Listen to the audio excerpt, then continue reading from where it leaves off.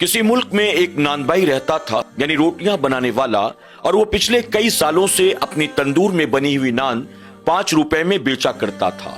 यानी उस मुल्क में जो भी करेंसी चलती थी, उस करेंसी के एतबार से वो एक नान 5 रुपए में बेचता था।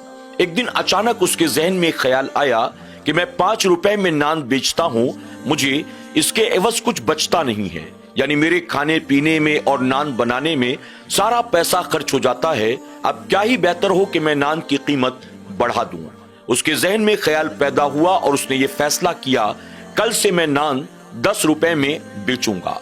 लेकिन चूंकि बादशाहों का दौर था, उसे इस बात का डर था कि अगर बादशाह को किसी ने मेरी शिकायत कर दी तो लेने के देने पड़ जाएंगे। इसलिए बेहतर है कि मैं बादशाह के पास जाकर इस कीमत को अप्रूव करा लूं, यानी बादशाह से इजाजत ले लूं। उसके बाद मैं 10 रुपए में नान बेचा करूंगा। दूसरी सुबह वो तैयार होकर बादशाह के महल में पहुंचा। नौकरों के जरिए उसने अपनी अर्जी पेश की। जब उसका नंबर आया, बादशाह ने नानबाई से पूछा, तुम अपने नान की कीमत सीधे दुगना करना चाहते हो, आखिर वजह क्या है? इस पर नानबाई कहने लगा कि हुजूर, मेरे घर में अफराद ज्यादा हैं, घर का खर्च बढ़ गया है, गेहूं भी पहले के मुकाबले महंगा हो चुका है, इसी तरह पीसने के लिए मुझे ज्यादा कीमत देनी पड़ती है, तंदूर में लकड़ियां जो जलती हैं वो भी महंगी हो चुकी हैं। इसलिए मैं चाहता हूं अगर आप इजाजत दें तो मैं नान 10 रुपए में बेचा करूंगा। अब बादशाह ने उसकी सारी बातों को सुना और सुनने के बाद कहा, तुम एक काम करो, तुम 10 रुपए में नहीं बल्कि आज से नान 30 रुपए में बेचोगे। नानबाई ने जब ये सुना, वो हैरान रह जाता है। वो मन ही मन में सोचने लगता है, कहां तुम्हें कीमत 10 रुपए करने के लिए डर रहा था और कहां बादशाह सलामत ने सीधे 30 रुपए करने का हुक्म दे दिया। उसने बादशाह से सवाल करना मुनासिब न समझा, लेकिन बात समझ में भी नहीं आ रही थी। उसने इजाजत ली, वापस अपने तंदूर पर आता है और आकर वहां तख्ती पर लिख देता है, आज से एक नान की कीमत 30 रुपए होगी। अल्लाह अकबर। लोगों ने जब ये देखा तो हैरान रह जाते हैं, कहां कल तक नान 5 रुपए में मिला करती थी और आज इसने सीधे 30 रुपए कर दिए। या तो इसका दिमाग खराब हो चुका है या तो इसके दिल से बादशाह का खौफ निकल गया। लोगों ने उसे समझाने बुझाने की कोशिश की, लेकिन वो मानने को तैयार न था। लोगों ने उसको डराया धमकाया, वो न माना। यहां तक कि लोग लड़ाई झगड़े पर आमादा हो गए, लेकिन इसके बावजूद उसने कहा, मैंने जो 30 रुपए कीमत लगाई है, लेना हो तो लो, वरना यहां से चलते बनो। मैं 1 रुपया भी कम करने को तैयार नहीं हूं। आखिरकार लोगों ने बादशाह को शिकायत की। अब जब बादशाह के पास ये खबर पहुंची, बादशाह ने गुस्से में फौरन हुक्म दिया अपने सिपाहियों को, जाओ और जाकर उस नानबाई को गिरफ्तार करके ले आओ। थोड़ी देर के बाद ही नानबाई को बाजार से गिरफ्तार करके फौजी बादशाह के दरबार में लाकर हाजिर करते हैं। बादशाह ने नानबाई को डांटते हुए कहा, तेरी इतनी हिम्मत कि तूने 5 रुपए कीमत की नान को सीधे 30 रुपए कर दिए, आखिर तूने ऐसा क्यों किया? इस पर वो नानबाई कहने लगा, हुजूर, दरअसल बात यह है कि लकड़ी महंगी हो चुकी है, गेहूं महंगा हो चुका है, पिसाई की कीमत भी बढ़ चुकी है। मैं 5 रुपए में नान बेचता था, मेरा नुकसान हो रहा था, यही वजह है कि मुझे मजबूरन अब कीमत को बढ़ाना पड़ा है। बादशाह ने दोबारा नानबाई की सारी बातों को गौर से सुना, कुछ देर तक खामोश रहा और उसके बाद उसने कहा, ठीक है, तुम एक काम करो, 30 रुपए तो नहीं बल्कि तुम आज से अपनी नान 15 रुपए में बेचोगे। हम तुम्हें इस बात का हुक्म देते हैं, बताओ तुम मानने को तैयार हो कि नहीं? नानबाई ने अदब से अपने सर को झुकाया और कहता है, हुजूर, आपका हुक्म सर आंखों पर। अगर आप कहते हैं कि मैं 30 रुपए को 15 कर दूं, मुझे मंजूर है। अब जब बादशाह ने यह फैसला किया, रियाया खुश हो जाती है, लोग मुस्कुराने लगते हैं और मन ही मन में कहते हैं, हमारा बादशाह कितना अच्छा है। नानबाई तो जालिम जुल्म कर रहा था, बादशाह ने बचा लिया। ये तो 30 रुपए कीमत मांग रहा था, बादशाह ने 15 रुपए कर दिए। लोग बादशाह की जय जयकार करते हैं।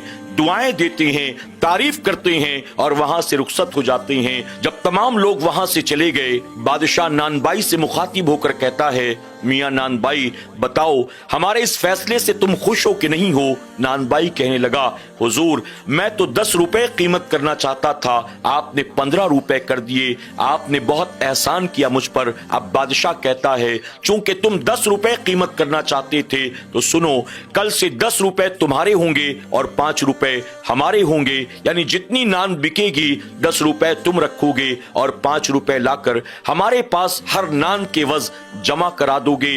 इस पर नानबाई बादशाह का शुक्रिया अदा करता है और वहां से रुखसत होता है। बादशाह ने ऐसा फैसला किया, रियाया भी खुश हो गई, बादशाह का भी फायदा हो गया और नानबाई भी खुश हुआ। नाजरीन इकराम, आज इस कहानी को आपके सामने बयान करने का असल मकसद क्या है? सिर्फ बताना यह है, कल तक बादशाह जैसे अपनी रियाया के साथ धोखाधड़ी किया करते थे, उसी तरह से आज पॉलिटिशियंस आम जनता के साथ धोखाधड़ी किया करते हैं। आपके पास जब भी कोई पॉलिटिशियन वोट मांगने आता है तो कोई भी दयानतदारी के साथ ये नहीं कहता, आप अगर वोट देंगे मैं जीत कर आ जाऊंगा तो मेरा फायदा होगा, आप वोट देंगे मेरा कद बढ़ जाएगा, आप वोट देंगे मैं फला ओहदा और पद पालूंगा, आप वोट देंगे मैं 5 साल में करोड़पति बन जाऊंगा।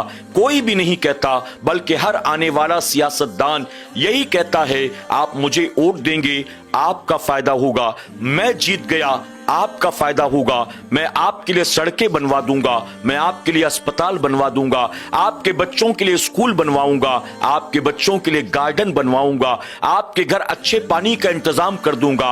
यानी हर सियासतदान आम जनता से तरह तरह के वादे करता है उन्हें लुभाने के लिए, और आम अवाम उनकी बातों में आकर उन्हें वोट दे देती है।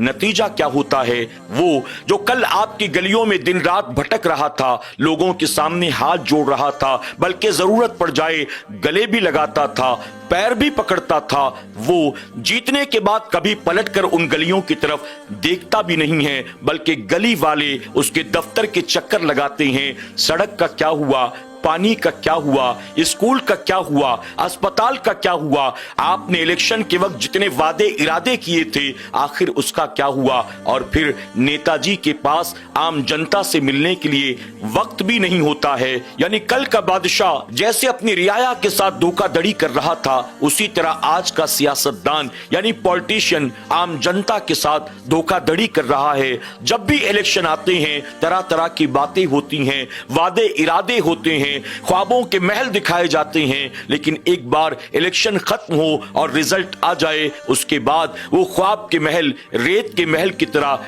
ढह जाया करते हैं। इसलिए हमें और आपको अपनी अक्ल का इस्तेमाल करना चाहिए और सही गलत का फैसला हमें खुद करना चाहिए। इतने सालों तक धोखा खाने के बाद अब तक तो हमें सही गलत की सूझबूझ आ जानी चाहिए, हमें किसके पीछे चलना है और किसके पीछे नहीं चलना है।